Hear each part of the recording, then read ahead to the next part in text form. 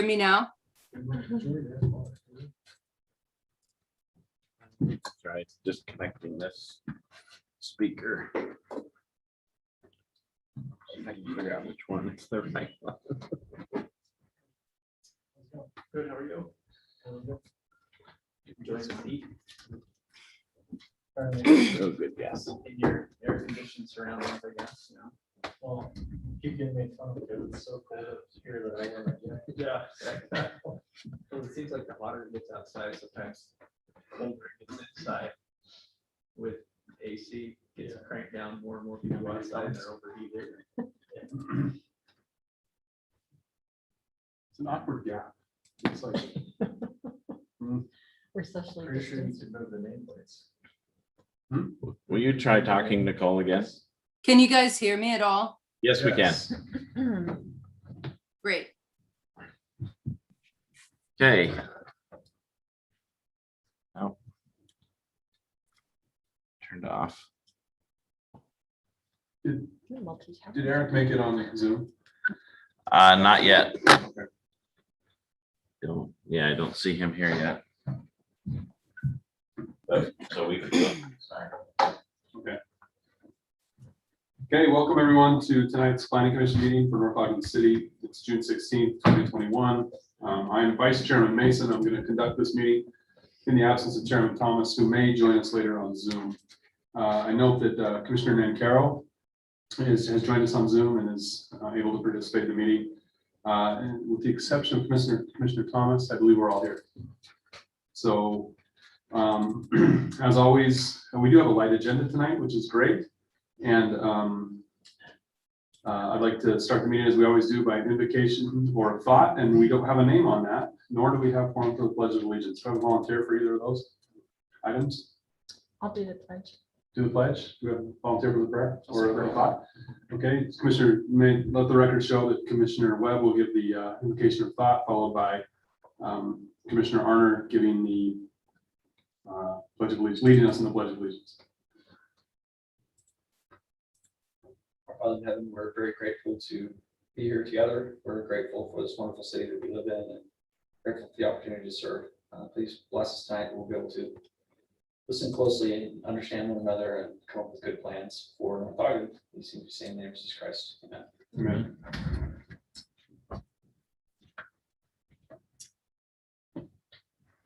I pledge allegiance to the flag of the United States of America and to the republic for which it stands, one nation under God, indivisible, with liberty and justice for all. Thanks both of you for your willingness to help us with that. Again, we've already had our roll call. I know that Commissioner Thomas is gone. Brings us to the portion of our meeting where we can review and approve the minutes of last meeting, which was May 5th. Note that our last meeting was a joint work session with the City Council. And so these are the May 5th Planning Commission meeting. I move that we approve the May 5th minutes. Okay, do we have a motion for approval? Is there a second? I'll second it. Seconded by Commissioner Parker. Okay, all in favor of approving the minutes? Aye. Are there any opposed? Okay, ex parte communications or conflicts of interest. If anyone has any conflicts with tonight's agenda or in general, please disclose those now. We do have a very light agenda, which I don't think we have a specific action item in front of us tonight. In light of no ex parte communications or conflicts of interest, we'll move on to portion of the meeting where we can hear from the public for items that aren't on the agenda. Did you need to Again, do we do the- have one agenda item. If we have any public comments for the Planning Commission in general. Brandon, did we need to do the opening meeting statement? Did I skip the opening meeting statement? I did, and I don't have it in front of me. My iPad's not working. Can I summarize the opening meeting statement? Are we okay with that this evening? So the Planning Commission is interested in hearing from interested residents of the city, from all parties involved. We do want to hear your comments. We ask that if you have a comment for the Planning Commission, you hold your remarks to 3 minutes unless you're a specific applicant, in which case we allow up to 5 minutes. If you need extra time for that, we ask you that you just ask for that time and it may be granted. We do ask that we keep a decorum in the meeting by silencing our cell phones, by avoiding interpersonal talk in the public, and please direct all your comments to the planning commission. That helps us keep the quorum. And the same would go for the Zoom attendees, anyone who may be out there on the Zoom. If you do have a comment for the planning commission, please raise your hand and you can be elevated to a speaking position, which we will hear from your comments.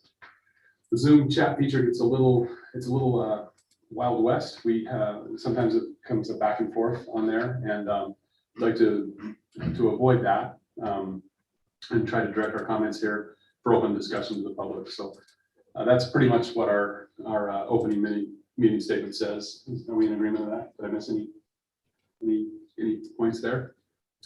I do have one question. Yep. For those who want to participate on Zoom, one of the commissioners like McKenna, Mhm.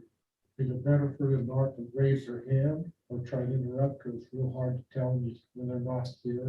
I believe Commissioner Nancaro is a full participant, so if she speaks, we could hear her. You want to test that out, Commissioner Nancaro? Yeah, you guys can hear me, right? I just know last time we did this, I tried to participate, it was very extremely difficult.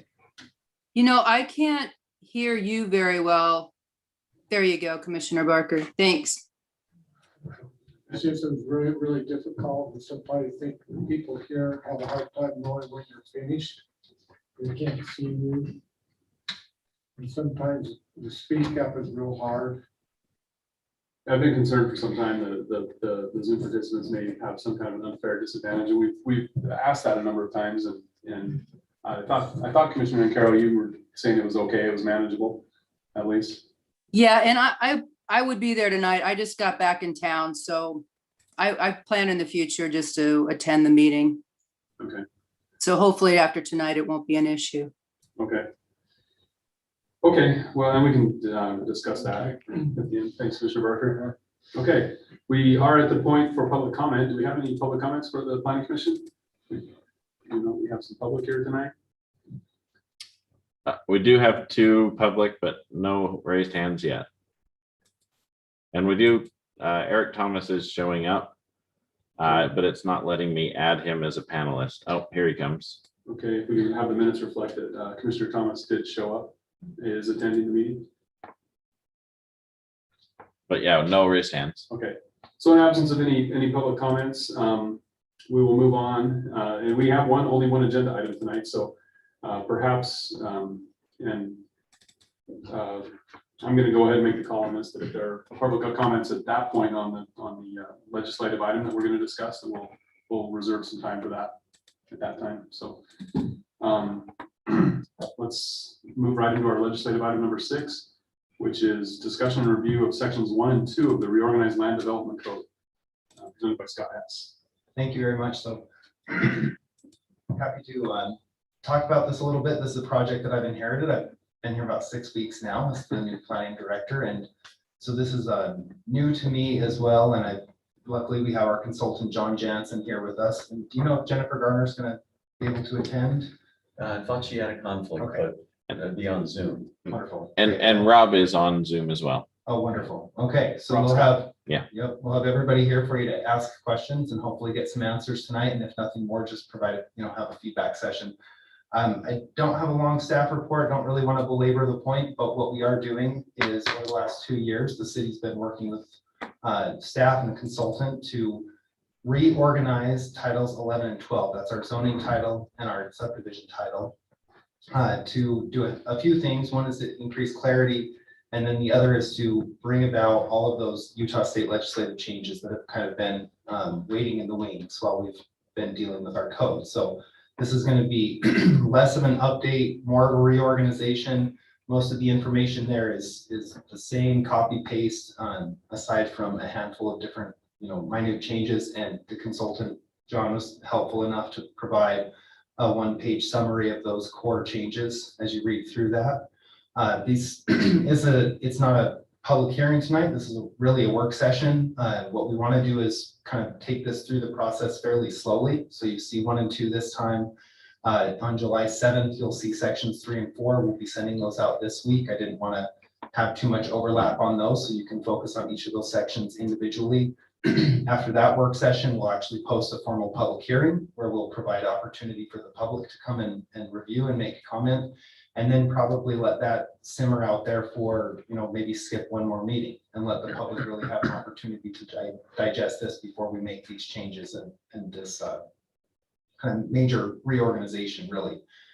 So aside from that, really the point of the meeting tonight is to gather your feedback, your thoughts, see if you have any questions, concerns about anything that you're seeing in the code today, and maybe address them now with our consultant who's in attendance, or take that feedback and we can provide it back to you in written format or whatever's easiest for you. So Chair, that is all I have for you. Okay. Are we gonna see we're gonna start to review sections 1 and 2? Are you leading us through that? Well, I don't know what how many pages is section 1 and 2? It was long. Yeah, it's a lot. And this is probably the most important part. Yeah, I would actually, if Chair, if this works for you, I would invite our consultant, John Jansen, up to help us get through the overview of the updates per section. Absolutely, please. Yeah. And- Does that work for you? Sure. There should have been included in your packet this page, which shows kind of, hey, these are the summaries. And as you can see, it's only a page long. So as was mentioned, most of it is just reorganization. There's a few minor tweaks, and that's why we've highlighted them so that it's clear what's changing. But John knows more about it. Thanks, John. Yeah, I think going over this will help you reviewing the more detail and the lengthy part of this. It's really has been a process, and I think it was Rob's exit strategy, which we prolonged a little bit. So to try and reorganize and clean up and do all the state law related kind of updates that we could in there. It's very typical with ordinances that they get out of date really fast because our legislature just keeps doing stuff to us all the time. And it's just really hard to keep up with that. So a lot of what you see in here is just the updates that have happened over the last 12 to 15 years, actually. So some of this, though, is the kind of thing that as you have evolved as a city, some of these terms for people and their responsibilities have changed. So all of that's been cleaned up as we've gone through here. See this first one. We don't really have pointers or anything, so I'll just say the first one. Really, you now have planning director responsibilities defined. The building official used to do a lot of planning director kind of stuff. That's stopped. Administrative hearing officers, your appeal authority, and code enforcement officers. All that's distinct in here now, which it really wasn't previously. Okay. Yeah, this is another thing that as a consultant, we've done quite a few ordinances around the state, and this is really an important thing that seems to get bypassed a lot, to actually have a table of who does what and what their responsibility is by applications. And so that's in there fairly close to the front. That is something you ought to take a look at. It gives you who makes the decision, who makes a recommendation based on the type of application. And it's just a chart as opposed to buried all over the place in your ordinances. Okay. TZRs, which is a technical term for moratoriums, we just added that in there. Okay, that you now have the ability to create moratorium more clearly in there. The next one is really kind of an interesting thing. Tried to do this in other ordinances, actually, in other efforts like that, like yours, and not gotten quite to the point where we were able to get all the different procedures all in one place. So you now have them all in one place, which really helps a lot with redundancy that's in the ordinance and confusion of how we go about a lot of these things. So that's all in one spot now. Let's see. Yeah, we had some different termination of application provisions in there. Now they're all the same, so it's cleared up there. Conditional use ordinances changed 12 years ago, and we've updated yours to meet state law now. You know, that is much different than it used to be, which is a very discretionary kind of a process. It's really not anymore. There was a little confusion about site planning, and I think we've cleared that up with the site plan chapter. Again, those processes are all in the same place now. Let's see, zone changes, you actually have some criteria in there, and we've added to that to make that a little bit more clear on how you make those changes to zones, what kind of reasoning makes sense there. Public hearings and public meetings used to be something, at least for me, that was pretty confusing. What was the difference between a meeting and a hearing? And nowadays, that is really distinct, and we've made that more clear in your ordinances. Public hearings be the ones you need to advertise on, public meetings not so much. And actually state law has changed a lot so that you don't have to have as many public hearings as you used to have. Okay. Non-conforming use chapter changed a few years ago too with the state law, and we have cleared that up. Definitions are all in one place instead of distributed all over the ordinances. We did add some graphics to just make sure that was easy to understand, especially for signs. Before you move on to section 2, can I ask a question about section 1? It's kind of going kind of fast there. I remember we met 4 or 5 months ago on Zoom, right? And, Yes. and we talked about, on bullet point 1 up there was the definition of the planning commission and then, can you scroll up there, John? Yep. I think it was the public hearing officer. At that time, I raised a concern, and I thought the mayor had agreed with me that in one of those positions, we had a non-elected person. It was a single person that was basically a decision maker. And how did that end up? How's that rolled into our code? Do you already have that off the top of your head? Yeah, I think so. I think it was that administrative hearing officer, wasn't it? Yes, And that's a non-elected person. right. And my concern at the time was that we'd have a non-elected person that would sort of have a final say. Yes. At some level. I mean, I understand that it goes through different bodies before it gets to that person, but, and I think our recommendation was to have a administrative hearing board instead of an officer. And I don't know, and I think, obviously, you have a lot more experience here than I do, obviously.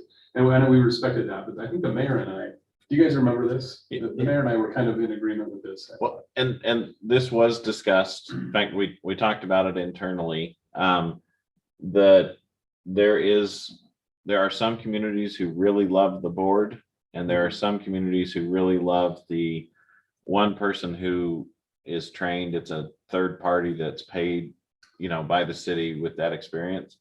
The staff recommendation is we stick with that one person. And this is part of the purpose of this, is to talk about it, talk about the pros and cons, and then so the council can have their discussion and decide how they'd like it. I think John has a lot of experience, and he could probably tell you the pros and cons, what he's seen during his career with West Valley, as well as other communities he's worked with. Sure. On I'm sure it those. isn't as black and white as I'm having it in my head. I completely understand that, but there's a public perception thing too that. And I get that. First, I kind of talk about this experience thing. I mean, I think I got all this experience. Anyway. Because I'm a computer programmer. Yeah. You're not. Yeah. Like, we work in this realm. So, it's interesting. This part of the state law really has changed a lot. Okay, it used to be, as I had a city council member in West Valley tell me at one time, isn't it great we have this board of adjustment, and anybody that wants something can get whatever they want. I thought, well, I don't think that's the way that works. But anyhow, the state law got very, very specific on variances and appeals. So that's in your ordinance draft at this point, and the criteria is so specific that I think it makes the decisions very easy, and they are really quasi judicial decisions, not discretionary decisions. You already have an appeal authority, okay, one person, that actually does do your appeals right now. And so this just reinforces this.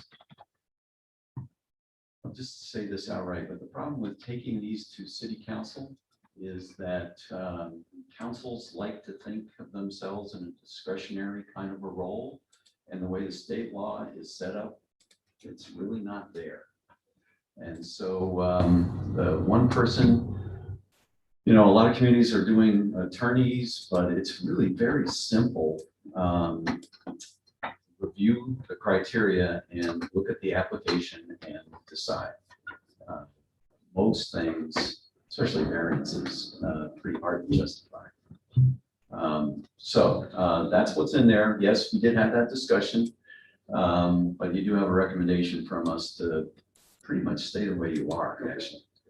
So commissioners, I mean, we're a recommending body here, right? Obviously, the city council has the final say on these, but we make recommendations. So are we comfortable with the recommendation that our staff and consultant have given, that we proceed with an administrative hearing officer as opposed to an administrative hearing board? I mean, that's, we can't control this, but we definitely can make a recommendation. For his explanation, I think is pretty good. What they have the criteria to follow. And that fits pretty well. I agree with that, and I think that in addition to that, someone who's trained in the criteria usually helps the criteria be followed more precisely than a group of people trying to make judgment about, you know, opinions and vote on some criteria that sounds like it's pretty boilerplate. Well, I'd suggest, what if, I mean, why couldn't we have 3 people that were trained in that area? I mean, and maybe that's a cost thing, right? So that point is also not lost on me. I think that's a valid point. Right? I mean, you know, you can have 3 experts look at something and I can value their expertise and they all may see it 3 different ways, right? And well, the things that they should be looking at, though, aren't discretionary, meaning 1 or 3 people. They shouldn't be deciding, oh, should we or should we not? I've had to use a appeal authority in the past, and it was exactly that reason, is the council went against their own ordinances and laws to, you know, make a decision. And so had the appeal authority been members of the council or whomever, you know, again, it was their opinion. But fortunately for that city, is they had an attorney who basically was the appeal authority, who understood the law. And so they could decipher the law, because it's saying, this is what the, you know, like us as a planning commission, we can have our opinions about things, but if something meets the city ordinance, we can't say no just because we don't want it. And that's kind of what you want in that appeal authority, is they're seeing things that somebody's made a mistake or decision or something's being appealed, and you want them to be able to say, did the council or did the planning commission say no because it didn't meet their ordinance, or did it? And that's really the deciding thing. It's not, well, I know the planning commission didn't want another, you know, cigar shop on this street, but by ordinance it's allowed. So, you know, they can. So I think I don't think that it needs to go to a body, because then as a body, you know, it's like there's things to debate. But really an appeal authority should be so strict that, is it allowed or is it not allowed? And I would say if the group felt that it was important to have more than one person involved, that it be 3 people who aren't residents. Because the hard part that sometimes happens is that when they see someone they know, then they feel an obligation to agree with their friend. And if it's an outside party, then they don't have that tension pulling on them, like Eric mentioned with you know, a council basically ignoring their own ordinance, and the appeal authority allowed him to have a dialogue before someone who wasn't a full judge, and it didn't cost tens of thousands of dollars to go see and get a decision that really saved the city and the applicant from a lawsuit, sounds like. Yeah, most of the appeal authorities that I'm familiar with, it's an outside person also. So it is something to think about. You don't have to figure that out tonight. This is, you know, an opportunity to just talk about it. Yeah, I guess I I don't want to be the fish swimming upstream, right? I don't want to be like, hey, this guy who's a computer programmer lives in North Ogden knows no more about government than the rest of the state, right? So I don't want to recommend that we're some weird setup. It's just, I was concerned with the non-elected official having a definitive say in something. So I think I would be okay passing along the recommendation as is, as long as it's well noted that we discussed that and let the city council then toil with it. So, I mean, I don't know how the rest of you guys feel, but it sounds like I'm not hearing anyone who's really against that issue. I guess the thing I'm Hey, still. you guys, I think Mr. Scott has his hand raised. Okay, Mr. Scott. I can see him on the screen, but I don't. Mr. Scott Johnson, before we have Rob Scott talk. I guess I'm just curious, Commissioner Mason, as to, maybe a specific example, since I'm newer, that could enlighten me on some of your concerns, just so that I can understand that a little better. Well, my concern is purely philosophical, Mhm. that the public would perceive, oh, hey, you've got someone who's non-elected that I go to and they make the final say. And I can't, as a member of the public, vote that guy out of his seat. But yet he has the final say in this matter, right? And so that's my concern. Now, I think it's reasonable to have that position and have that be a non-elected position.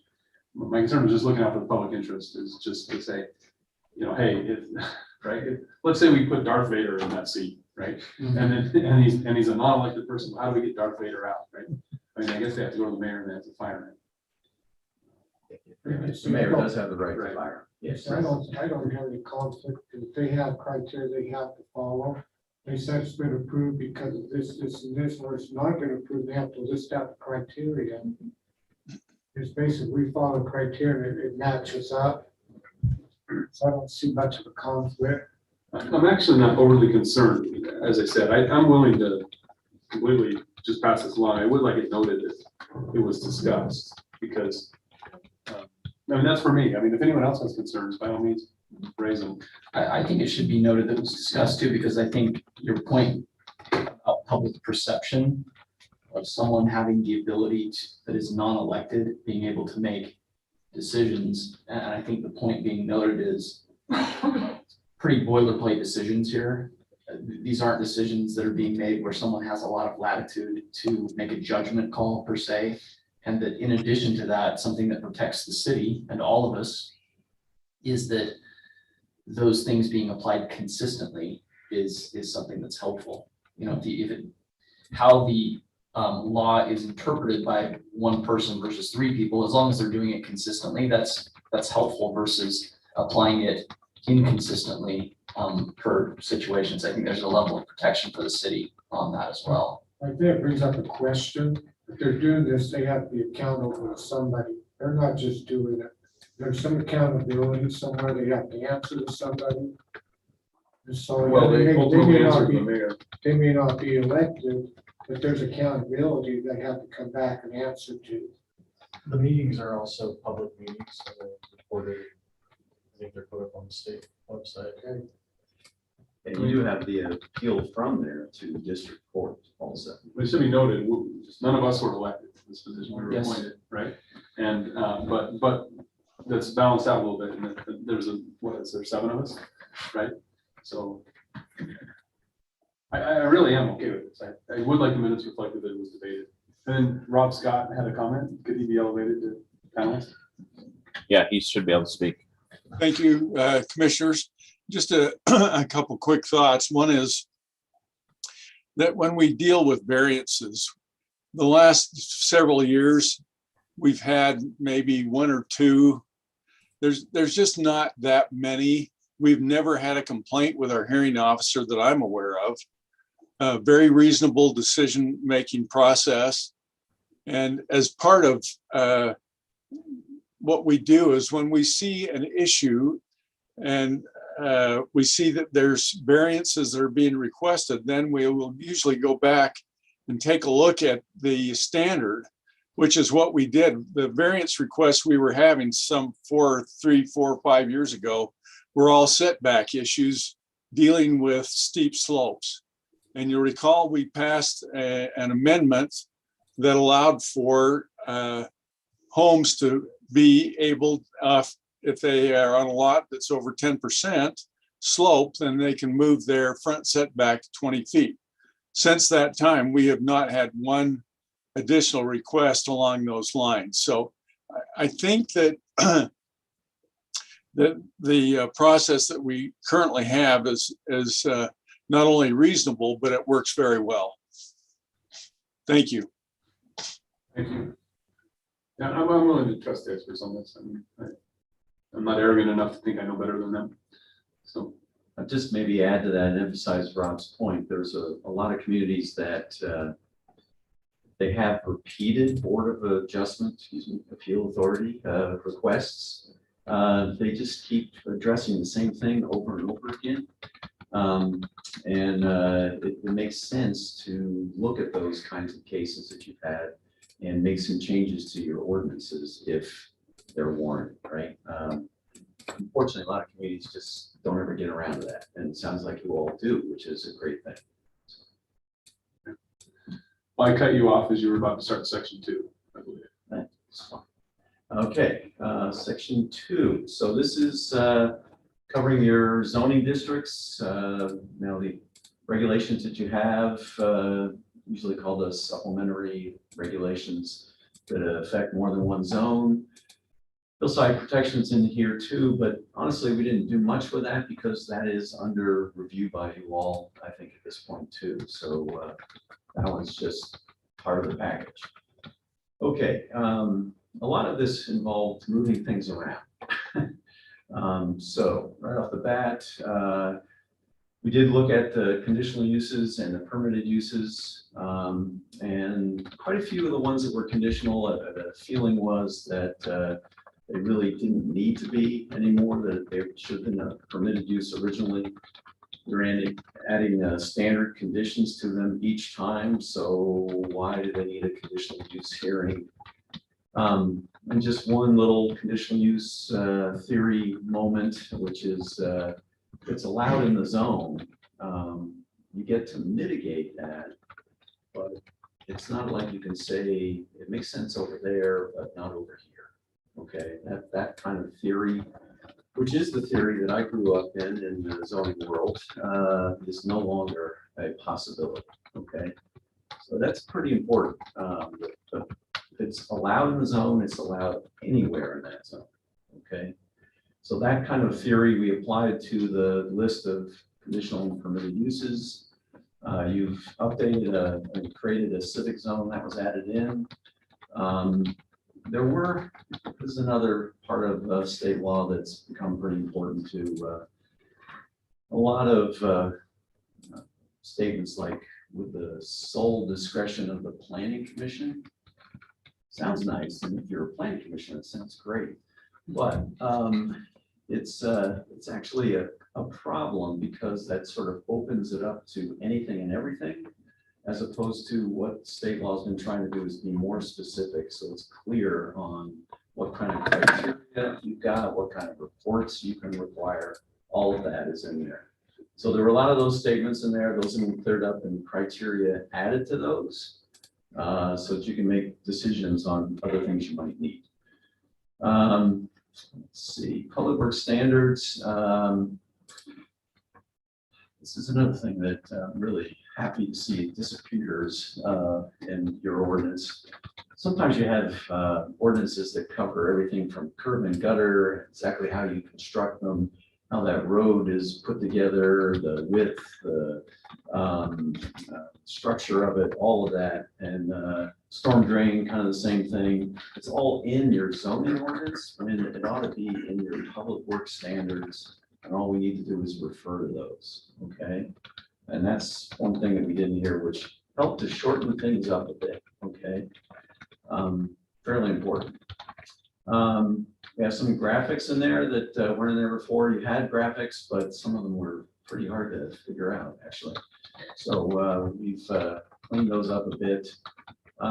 We did work on the buffering requirements between residential and commercial areas. So those have been changed a little bit and upgraded to be more clear. Higher density zones, state's still allowing us to do things with those, so there's some new standards in there. Several of your zones have the exact same purpose. There is some theory out there that purposes don't matter that much. It's just what the uses are that are in there. But we did modify the purpose sections to make some distinction between the zones. Wanted to do something to encourage the rear loaded garages, especially in your twin home developments, that kind of thing. And we added an incentive to that, which is a shorter front yard. This is one area, the next one that I think is also important.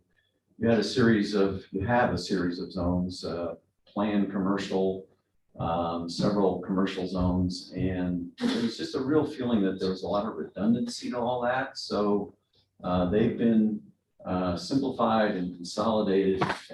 That's something to take a look at. Okay. But the content's still basically the same. So manufacturing zone, limited some of the uses in there, but really the couple things that show up that are part of state law these days is those sons of, sexually oriented businesses and cannabis, fancy name for pot, which we now have state law that pertains to that, and those have been added, and that's the only zone that you're allowed to do those things. Okay, so state law is basically saying you have to allow for those. So we have to have a zone that allows for that. We have Yes. to have that. Yep. Yep. So anyway, The community standards over. fairly sure that's your smallest area-wise zone in the community. Is that right? Yeah. So if everything were filled up, you still have to have a section left open, just in case? So you have to allow for that. Okay, so it's like as things are getting built, Yeah. you still have it there, but if We have- somebody in all of requests our it and you build zones. it, then, So of all the zones we have, at least one of them has to allow for that as a use of the land. Then you can't. So there's got to be some area of the city where that is an allowed use. Even if that zone is filled up with buildings, okay, you're still saying you allow that to happen there. It may never happen, but because if they're all occupied. Yep, Then yep. you missed out. Yeah. it's Okay, a that's fine. use in the zone. But if somebody wanted to, they had a 7-Eleven there and they wanted to put up the green plant instead, in that zone, that would be an allowed Okay. use. Okay, just the manufacturing zone. Let's see, entertainment zone. As we talked that through, it just didn't seem like a lot of point to that. It's just an allowed use within the commercial zones. So again, an effort to simplify there.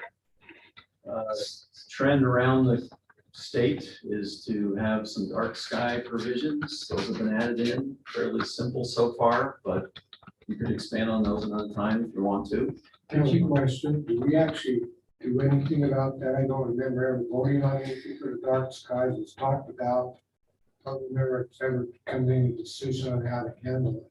Yeah, so that's in here now. So Okay. this is really your first opportunity to do that. I think it's a good idea, it's just we should have a lot earlier. Yeah, well, it's starting to happen around the state, I think a lot more. I can shoot my neighbor's light bulb out. Anytime you want, yeah. That's what it says in that order. Prohibits the firing of weapons unless it's towards a light bulb. I Yeah, guess that's a weapon, I just shoot a pea shooter. yeah, You it's can have not the a, straw. it's not a retroactive thing. It would be for new development, but, some cities are starting to go that direction with retroactive, but this is just the start of that conversation. Okay. And again, the hillside one is under modification by you all, so but that's the end of the one pager. Seems like, yep. Hey.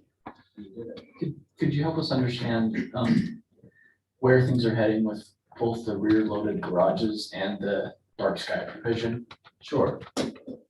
First, conversation about how all these townhouses look when they've got the double driveways in front that basically you're separated from the next double driveway by 2 feet or 5 feet maybe. That look, if we can avoid that with all the cars backing out of the street, let's give the developer an incentive to do a rear loaded one, okay? And that incentive is to reduce the front yard setback if you will do that, okay? So that's in there, and yeah, that's a policy change, but it's one that, as we talk with staff, everybody seemed to think that that would help with some of those townhouses that you have, possibly twin homes, that kind of thing. So it typically helps with the aesthetic and some safety elements by doing that. Yes, both. Great. Yep. The state law had been enacted as per the way it was 3 or 4 months ago, and which got turned down. You might not have been able to do that, but they only really addressed single-family homes and duplexes for design aspects. So still in good shape on that. With dark sky, I think we ended up with what I would call a more conceptual kind of an ordinance, as a one that goes through and gets really specific about all kinds of the lumens and what the light fixture looks like and all that kind of stuff. So again, this is just meant to start that conversation and move that direction. Ordinances, as you see here, they change a lot over time. They ought to. You have an issue, you want to go further, you want to make all of your city streetlights dark sky compliant, you gotta do an ordinance maybe to do that, or at least put some money behind that, right? All kinds of things. I'm doing a lot of work up in Heber lately. As a matter of fact, we talked about non-conforming uses and appeal authorities today. And anyway, they've had a big discussion about dark skies, and they have pushed to have new development do that. Never made themselves do it as a government agency, and they're now adding that. So we call that public works. Yeah, so just something to think about. There's you can have a 10-page ordinance on that. That's not what you have here. Someday you might want that, but it's not. Thank you. Okay. Any concerns or comments or instructions? I just scanned through it pretty good. Just scanning through it. I started to read it, I was 160 pages, I think I'm through reading.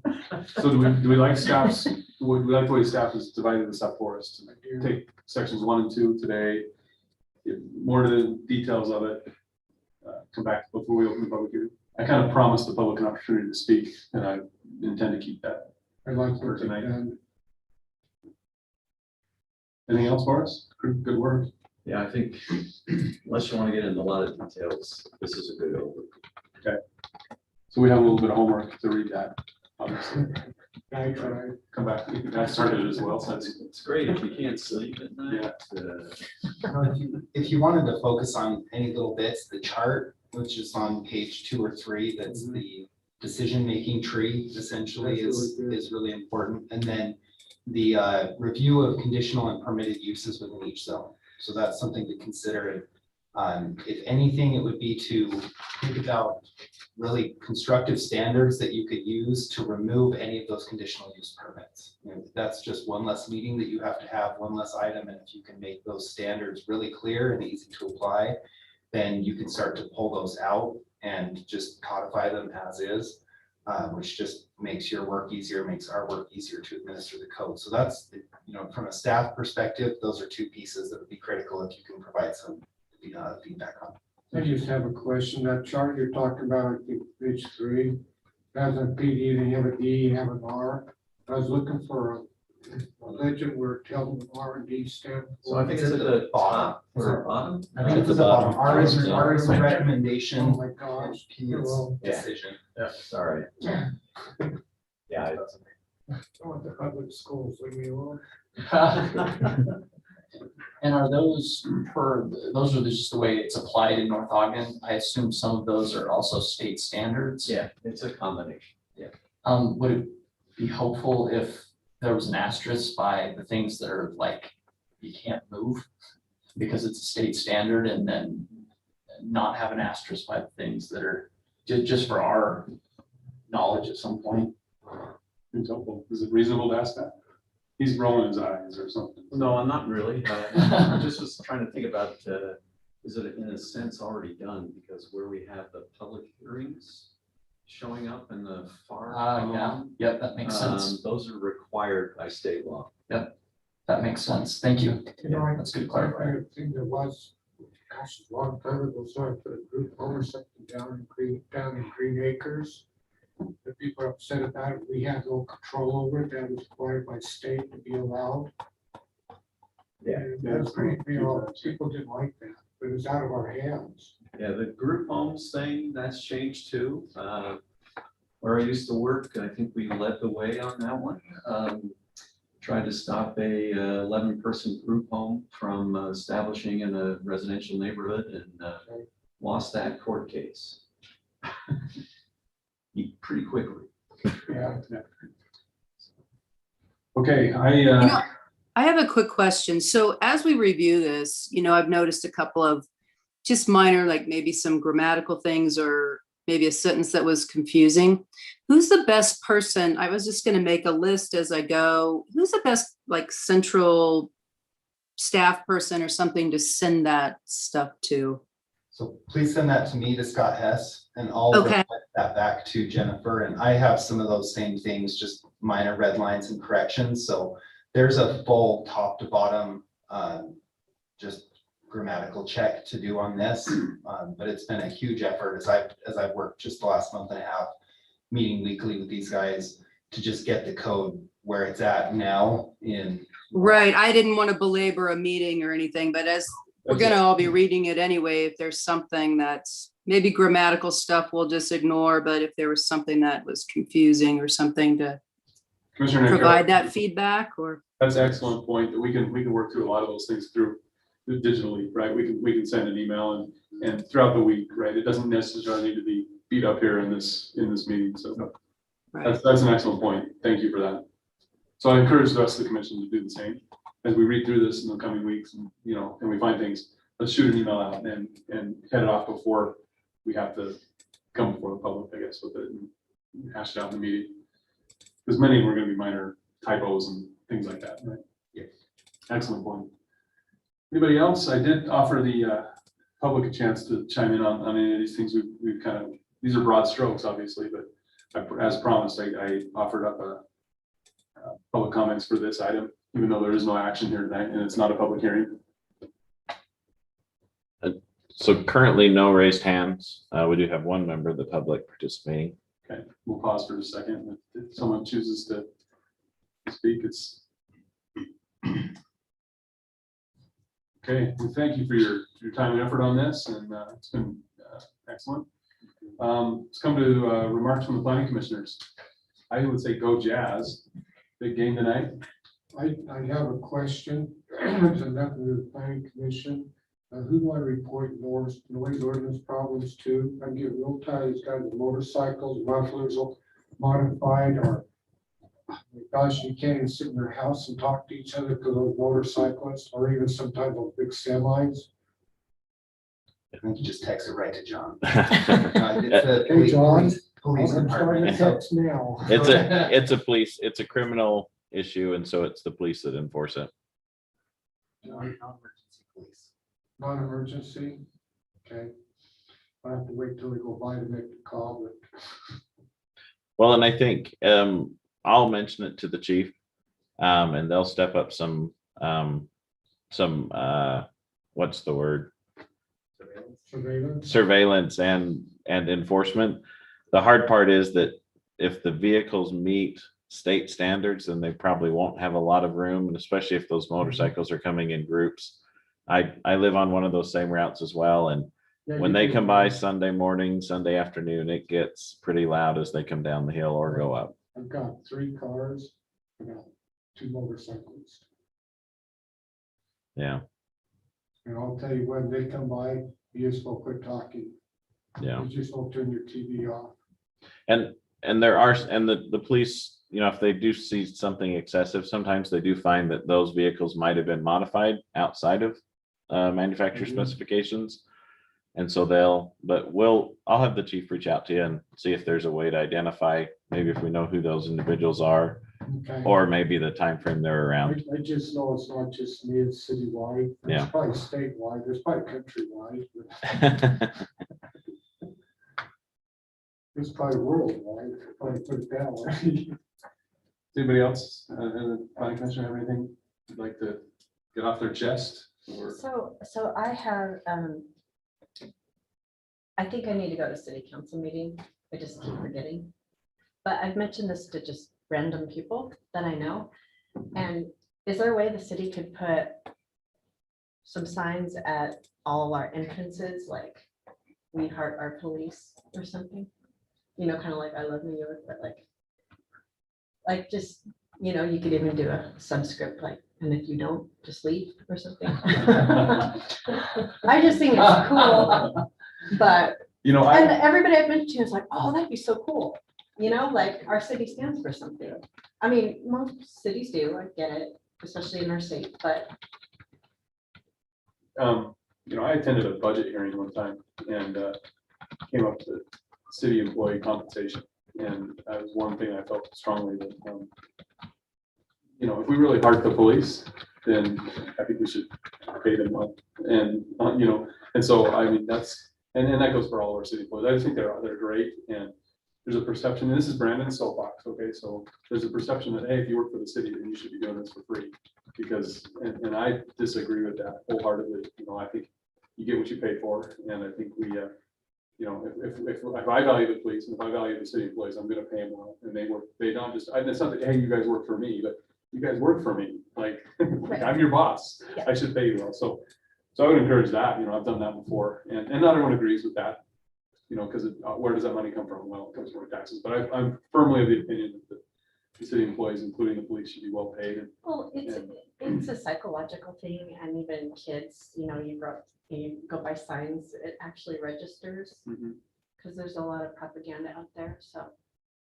I My think opinion, one, if that idea is to be entertained, I think one thing that could be helpful is, even kind of turning that on its head a little bit and, saying like our officers love our citizens, type thing. That's a cool one, yeah. Yeah, we heart the police and they heart us. Yeah. Whatever. Yeah. I mean, you because- could come up with a neat little, kind of pithy phrase. Yeah. That would be catchy, or, signs have to be readable when you're driving without rubbernecking and stuff. Well, the Economic Development Committee is engaged in signage and beautification of the city and stuff for economic reasons. So maybe you could pitch something to them that would, there'd be some synergy there with the two themes.